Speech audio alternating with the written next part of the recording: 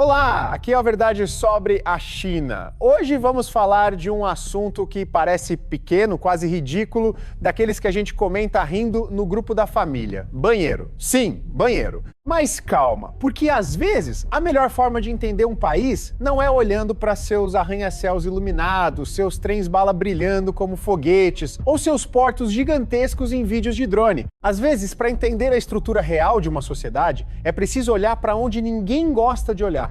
Imagine a cena.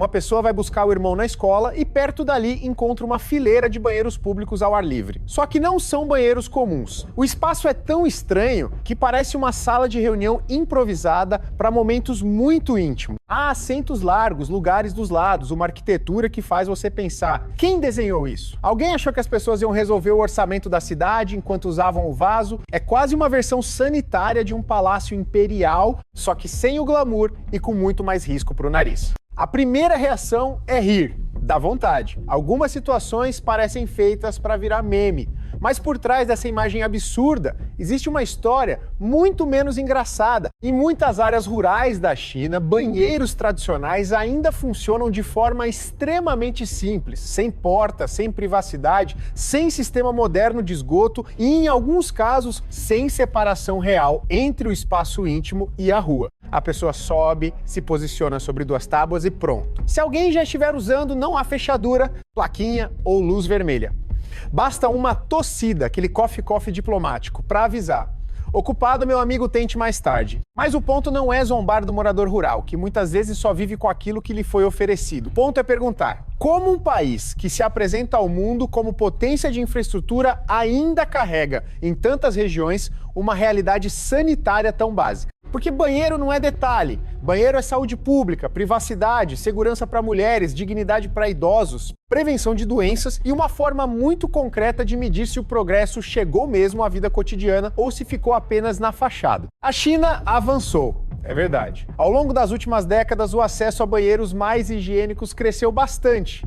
E seria injusto fingir que nada mudou. Mas aí tá a grande contradição. Melhorar números nacionais não significa resolver a vida real de todo mundo. Nas grandes cidades e nas regiões costeiras mais ricas, a situação pode parecer moderna. Já em áreas rurais, montanhosas ou pobres, o banheiro continua sendo um lembrete brutal de que a China não é uma só China. Existe a China dos trens de alta velocidade e existe a China do balde embaixo do vaso. E as duas moram no mesmo mapa. Foi nesse contexto que surgiu a famosa Revolução dos Banheiros, uma campanha lançada com enorme entusiasmo para reformar banheiros em pontos turísticos, cidades e vilarejos. A ideia, no papel, era excelente: melhorar saneamento, elevar a qualidade de vida, tornar destinos turísticos mais agradáveis, reduzir doenças e modernizar o campo. Quem poderia ser contra? O problema é que, em sistemas movidos por metas, relatórios e slogans, uma política pública pode virar teatro muito rápido. O governo central anuncia, a verba desce, o governo local precisa mostrar serviço, o fiscal quer número bonito e, de repente, o banheiro deixa de ser banheiro e vira item de planilha. Para ter uma ideia da escala, em um único ano foram destinados bilhões de yuans para subsidiar reformas de banheiros rurais. Em moeda brasileira, estamos falando de algo na casa de bilhões de reais, dinheiro suficiente para construir escolas, postos de saúde, redes de esgoto e muita coisa concreta se fosse bem aplicado.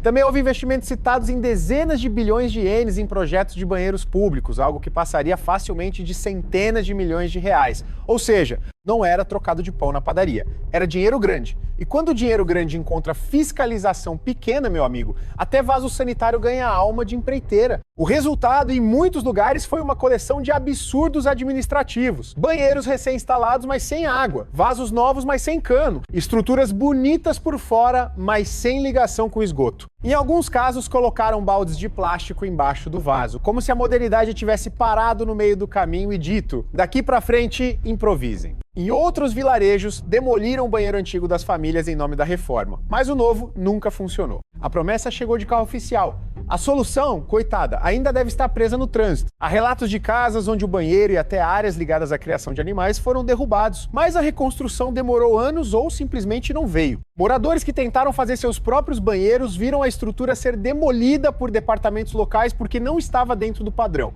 É o tipo de situação em que a burocracia não entrega o serviço, mas aparece com velocidade olímpica para impedir o cidadão de se virar. Se fosse no Brasil, a pessoa diria: nem para atrapalhar eles atrasam.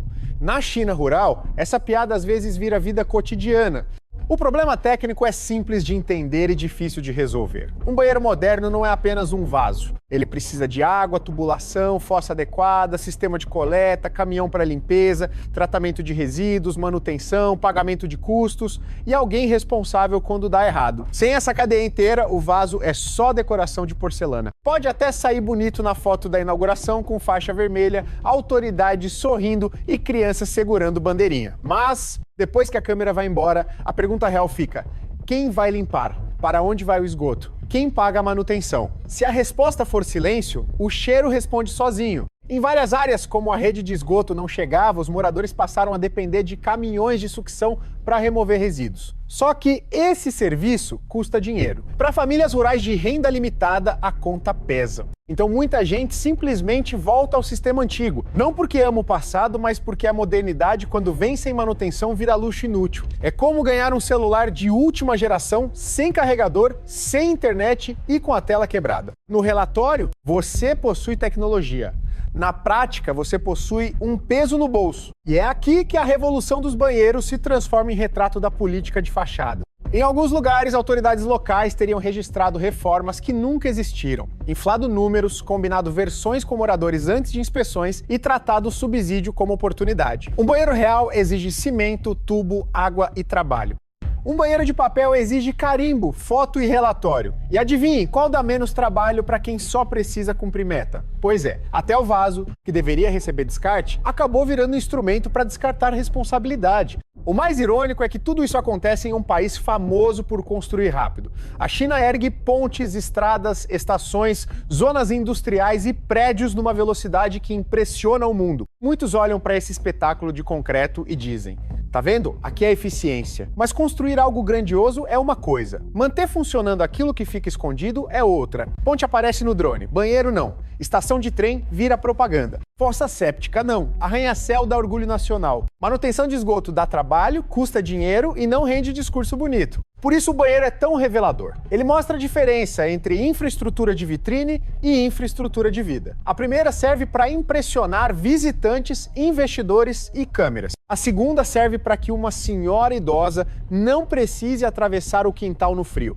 para que uma criança não cresça exposta a doenças, para que uma mulher tenha privacidade, para que uma família viva com dignidade. A primeira brilha. A segunda sustenta. E uma sociedade que investe demais no brilho e de menos na sustentação acaba criando fachadas modernas sobre bases antigas. Também é fácil culpar apenas a cultura ou os hábitos do povo, mas isso seria simplista e injusto. Claro que hábitos coletivos importam. Claro que limpeza pública depende de educação e comportamento. Mas quando milhões de pessoas vivem sem estrutura adequada, o problema deixa de ser apenas moral individual e passa a ser governança. Se o Estado promete modernização, recolhe impostos, organiza campanhas, distribui metas e controla a narrativa, então também precisa responder pelo básico. Não dá para chamar o país de potência administrativa quando o cidadão ainda precisa negociar com um balde embaixo do vaso. No fundo, a história dos banheiros chineses não fala apenas de saneamento. Ela fala de uma contradição maior, um modelo que sabe mobilizar recursos para grandes projetos, mas tropeça quando precisa entregar qualidade cotidiana, que sabe construir símbolos de força, mas falha em serviços discretos, que sabe anunciar revoluções,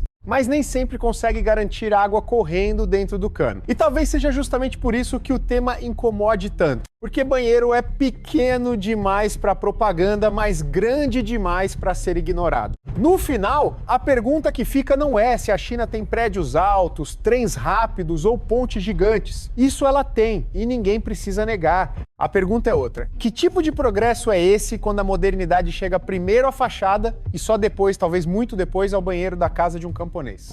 Um país pode impressionar o mundo com obras monumentais, mas a dignidade de uma sociedade é testada nos detalhes que não aparecem no cartão postal. Um vaso limpo, com água, privacidade, esgoto e manutenção talvez não renda desfile, nem manchete patriótica, nem vídeo épico com música dramática. Mas, para quem vive ali, ele vale mais do que 1000 discursos sobre grandeza nacional. E é por isso que essa história deve ser lembrada, porque às vezes o retrato mais sincero de uma potência não está no alto do arranha-céu, mas no chão do vilarejo. Não está na ponte que atravessa o rio, mas no cano que deveria levar embora o esgoto. Não está no slogan de uma revolução, mas na pergunta simples que qualquer cidadão faz quando fecha a porta porta do banheiro. Isso funciona? Quando a resposta ainda é não para tanta gente, o problema já não é apenas sanitário, é político, social e moral. E, nesse ponto, um banheiro deixa de ser um lugar escondido e vira uma janela aberta para entender o país inteiro.